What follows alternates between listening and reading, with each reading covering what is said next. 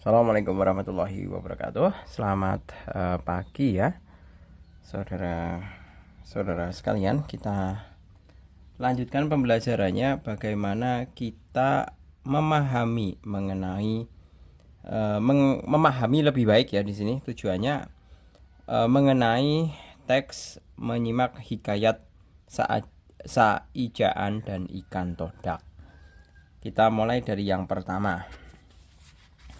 Berdasarkan penggalan cerita pada hikayat Saijaan dan ikan todak tersebut, sifat Datuk Mabrur apakah yang hendak disampaikan kepada penulis atau kepada pembaca. Nah, sifat Datuk Mabrur yang hendak disampaikan kepada pembaca adalah sifat gigih dan pantang menyerah. Sifat gigih dan pantang menyerah dalam mencapai tujuan yang ingin diraih. Nggak boleh disingkat ya, ini pelajaran bahasa Indonesia. Nanti kalau dijewer Bapak Ibu guru bahasa ini. Sifat gigih dan pantang menyerah dalam mencapai tujuan yang ingin diraih. Mencapai tujuan yang ingin diraih. Nah, ini kurang lebihnya adalah sifat dari Datuk Mabrur. Nah, hal tersebut buktinya apa? Hal tersebut terlihat dari penggambaran suasana yang tidak menyenangkan, tetapi tetap dilalui oleh Datuk Mabrur. Tidak menyenangkannya apa? Tidak menyenangkannya adalah ketika dia diserang ikan todak, ya kan? Nah, itu suasana. Namun dia tetap kekeh bersemedi. Kemudian ini apa ini? Ini ada pertanyaannya. Ini siang malam ia bersemedi di batu karang, di antara percikan buih, debur ombak, angin, gelombang, dan badai. Oh, ini mungkin penggalan kalimat ini, terus pertanyaannya di atasnya. Seperti itu. 2. Bagaimana perasaan ikan todak saat muncul ke permukaan dan memperkenalkan dirinya kepada Datuk Mabrur? Nah, perasaannya adalah marah. Ya. Nanti kita coba analisa bukti-buktinya ya. Yang pertama adalah ikan todak merasa dirinya ikan todak merasa marah. Ikan todak merasa marah karena kalau ada konjungsi karena nggak pakai koma ya, karena dirinya terluka.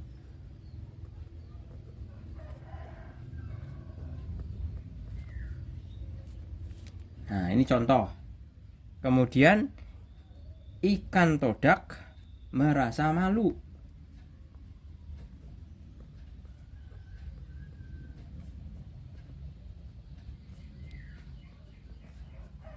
karena ia kalah dalam pertempuran. Ia kalah dalam pertempuran. Atau boleh jadi ia merasa takut. Ianya reverse to ikan todak ya. Ia merasa takut karena berhasil dikalahkan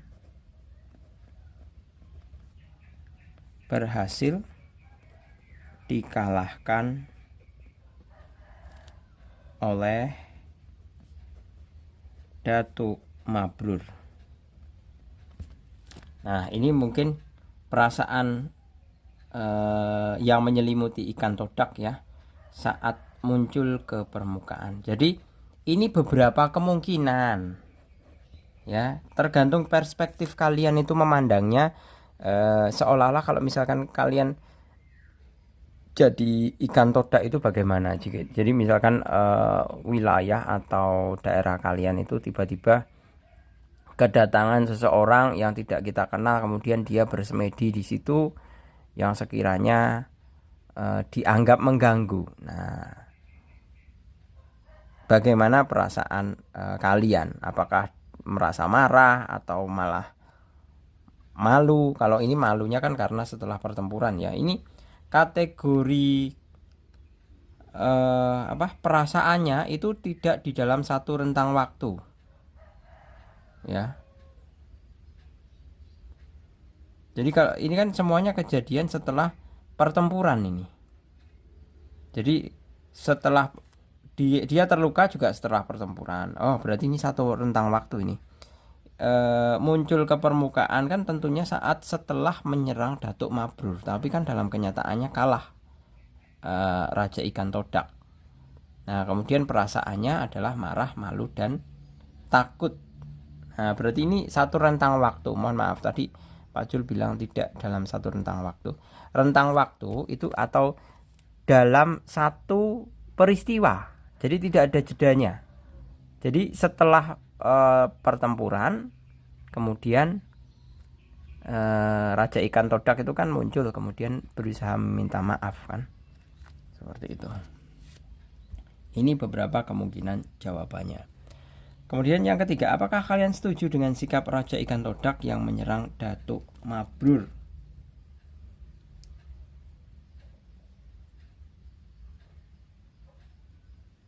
Nah, ini juga tergantung ini.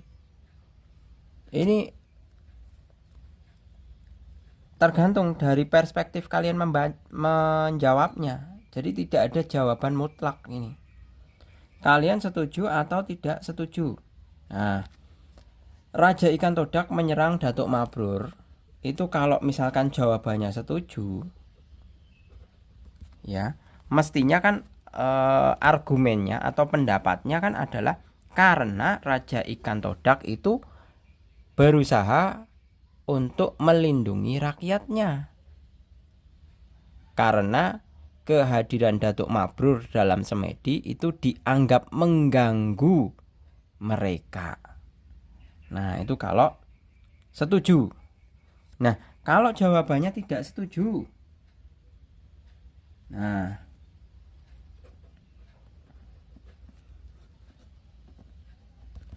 kalau jawabannya tidak setuju, nah kalian juga harus hubungkan. Tidak setujunya itu karena apa? Nah, misalkan saya tidak setuju karena Datuk Mabrur itu kan tidak sengaja mengganggu komunitas ikan todak. Ya kan? Jadi semedinya Datuk Mabrur itu tidak sengaja mengganggu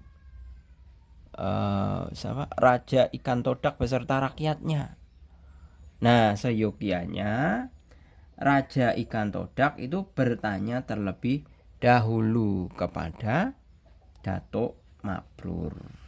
Nah, itu terkait masing-masing alasannya. Jadi kalau kalian menjawab bahasa Indonesia itu sebenarnya tidak ada kebenaran mutlak ya. Semuanya tergantung dari perspektif masing-masing atau cara pandang masing-masing. Kalau kaitannya dengan pertanyaan pendapat, ya. Kalau ini kan berkaitannya apakah kalian setuju? Nah, berarti itu kan berkaitan dengan pendapat. Seperti itu. Jadi tidak ada jawaban mutlak kalau berkaitan dengan pendapat. Lanjut nomor keempat. Tentukan apakah pernyataan berikut ini benar atau salah. Yang A, Datuk Mabrur ingin memiliki pulau yang dapat ia tinggali dan kuasai. Salah ya. Salah.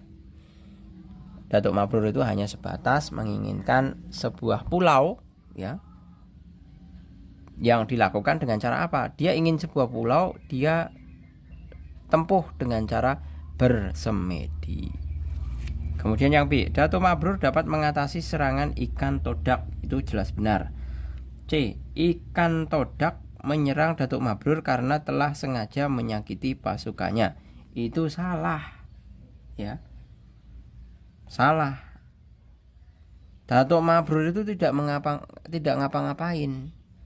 Nah, yang baper itu Raja Ikan Todak beserta rakyatnya yang merasa kehadiran Datuk Mabrur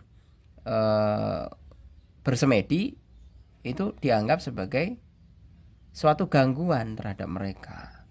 Jadi pernyataan ini salah lagi. Saijaan berarti saling membantu. Ini benar. Proses munculnya daratan baru dari dasar laut terjadi sejak tengah malam hingga pagi. Nah, itu juga benar. Berikutnya, bagaimana hubungan pesan moral yang disampaikan dengan kondisi masyarakat saat ini? Nah, pesan moralnya adalah, jadi kita bisa tulis pesan moralnya adalah pentingnya kerja sama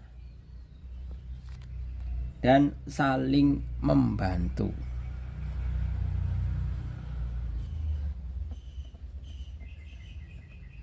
Nah, itu yang berusaha diceritakan di dalam hikayat ini.